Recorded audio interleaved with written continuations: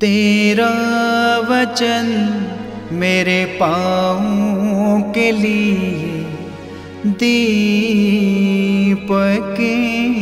है और मेरे मार्ग का उजियाला है। तेरा वचन मेरे पाँवों के लिए दीपक है। 18 दिसंबर पहला पाठ ईसाया का ग्रंथ अध्याय 7 पद संख्या 10 से 14 तक। प्रभु ने फिर आकाश से कहा, चाहे अधोलोक की गहराई से हो, चाहे आकाश की ऊंचाई से, अपने प्रभु ईश्वर से अपने लिए एक चिन्ह मांगो। आकाश ने उत्तर दिया, जी नहीं, मैं प्रभु की परीक्षा नहीं लूँगा। इस पर उसने कहा, हे दाऊद के वंश, मेरी बात सुनो। क्या मनुष्यों को तंग करना तुम्हारे लिए पर्याप्त नहीं है, जो तुम ईश्वर के धैर्य की भी परीक्षा लेना चाहते हो? प्रभु स्वयं तुम्हें एक चिन्ह देंगे, और वह ये है, एक कुंवारी गर्भवती है, वह एक पुत्र को प्रसव करेगी और वह उसका नाम इमानुएल रखेगी, जिसका अर्थ है प्रभु हमारे साथ है।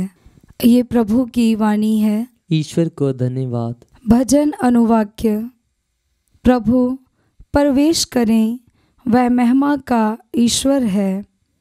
प्रभु प्रवेश करें, वह महिमा का ईश्वर है।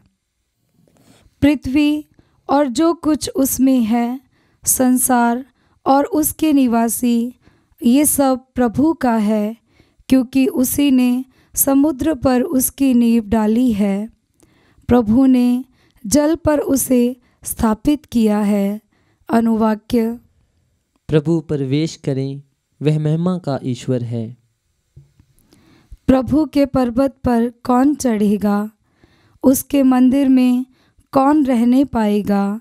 वही जिसके हाथ निर्दोष हैं, जिसका हृदय निर्मल है और जिसका मन आसार संसार में नहीं रमता। अनुवाक्य। प्रभु प्रवेश करें, वह महिमा का ईश्वर है। उसी को प्रभु की आशीष प्राप्त होगी, वही अपने मुक्तिदाता ईश्वर से पुरस्कार पाएगा। वह उन लोगों के सदृश है जो प्रभु की खोज में लगे रहते हैं, जो याकूब के ईश्वर के दर्शनों के लिए तरसते हैं। अनुवाक्य। प्रभु प्रवेश करें, वह महिमा का ईश्वर है। दूसरा पाठ रोमियों के नाम संत पौलुस का पत्र अध्याय 1 पद संख्या 1 से 7। यह पत्र यीशु मसीह के दास पौलुस की ओर से हैं, जो ईश्वर के द्वारा प्रेरित चुना गया और उसके सुसमाचार के प्रचार के लिए नियुक्त किया गया है।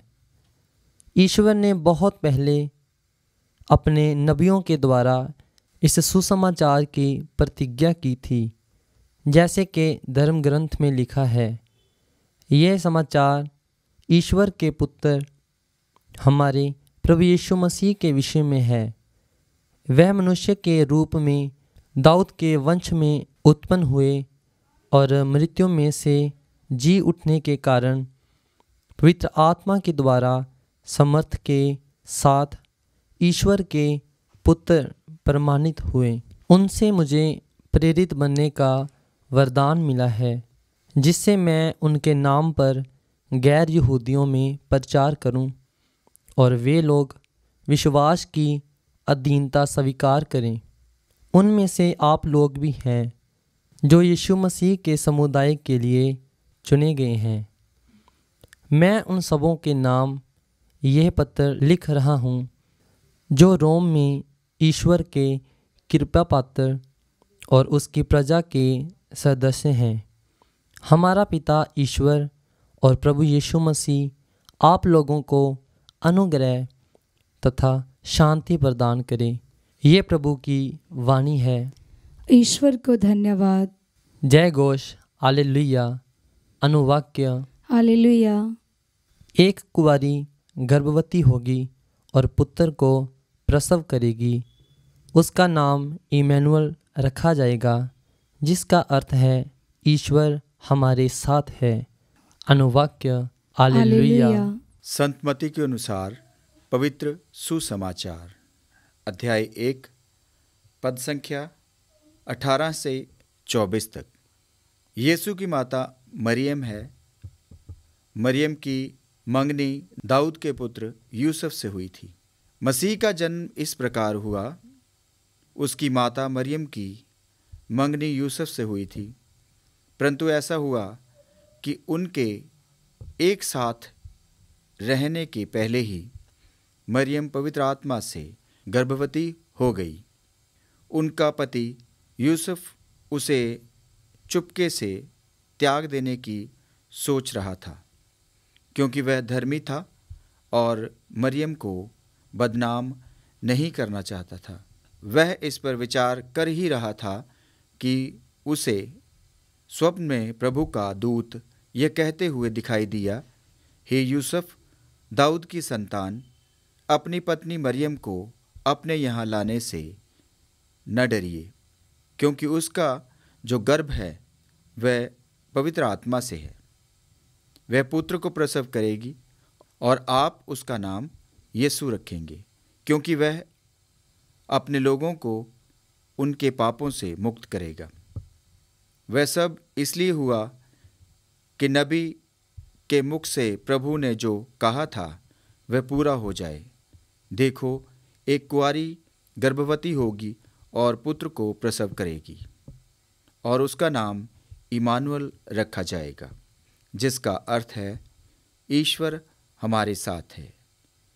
यूसुफ नींद से उठकर प्रभु के दूत के अनुसार अपनी पत्नी को अपने यहाँ ले आया। यह प्रभु का पवित्र सुसमाचार है। क्रिस्त की जय।